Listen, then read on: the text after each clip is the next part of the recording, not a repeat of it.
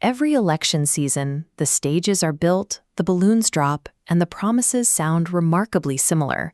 Politicians stand at podiums pledging to fight for your wallet, your family, and your local values. As the 2026 midterms approach, the margin for error in Washington has become non-existent. The 119th Congress has operated under a razor-thin divide, elevating the importance of these specific seat counts to historical levels. This seat counter shows exactly what's at play. A shift of 3 individual seats in the House is all it takes to end the current Republican trifecta. In a nation of hundreds of millions, the legislative direction for the next 2 years comes down to a few thousand voters in a handful of districts. These tight margins create a specific pressure on battleground incumbents.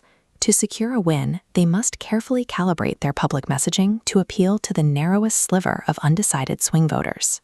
This is the electronic voting board from the House floor, and it represents the ultimate reality check. It is the one place where focused grouped rhetoric disappears, and every member of Congress is forced to go on the record with a yes or a no. A politician's actual agenda is defined by this record, rather than their campaign speeches. By comparing podium promises to these legislative receipts, we can see exactly where the rhetoric meets reality. This is Senator John Cornyn, a veteran incumbent currently defending his seat in Texas. On the campaign trail, Cornyn has positioned himself as a strict fiscal conservative. His platform emphasizes an America-first approach, promising to slash wasteful spending and fix an economy he describes as broken. However, the legislative record tells a different story. In April 2024, the Senate took up H.R. 815, and Senator Cornyn cast an official yay vote. This bill appropriated billions of dollars in new foreign aid, sending taxpayer-funded resources to Israel, Ukraine, and Taiwan. Approving massive overseas funding packages directly contradicts a baseline campaign promise of domestic fiscal restraint. When the America First rhetoric was put to a floor vote, the funding was sent abroad. In New York's 17th District, Representative Mike Lawler is facing a similar audit of his record. Lawler's campaign focused heavily on the rising cost of living. He specifically pledged to his suburban constituents that he would protect vital social safety nets, including Medicaid benefits. Then came the One Big Beautiful Bill Act of 2025. This was a massive budget reconciliation package that combined tax policy, border security, and major spending adjustments into a single piece of legislation. This table shows the official House roll call. Representative Lawler cast a yay vote supporting the package.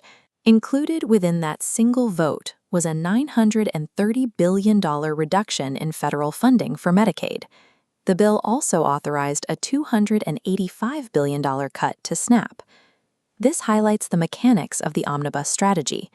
Party leaders bundle unpopular cuts into multi-trillion-dollar bills, allowing incumbents to campaign on the popular provisions, while their actual votes authorize the removal of social services.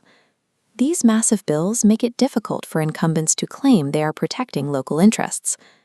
On the House floor, the requirement to support the national party line often overrides the promises made to the district.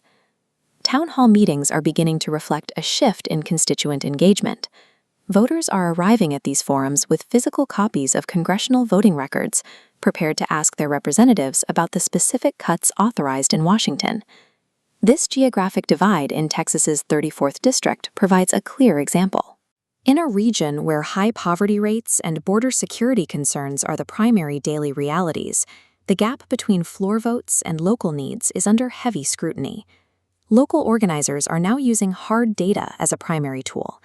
They are challenging incumbents to explain the connection between a yay vote on a budget cut and the rising costs of living at home. We see the same pattern in Ohio's 1st and 9th districts. Voters there are auditing records on trade and family expenses, moving past general campaign statements to focus on verifiable legislative actions. In districts where the margins are thinnest, these records are becoming the primary factor in the race. Democratic accountability relies on voters who ignore the campaign PA system and cast their ballots based on the verifiable record.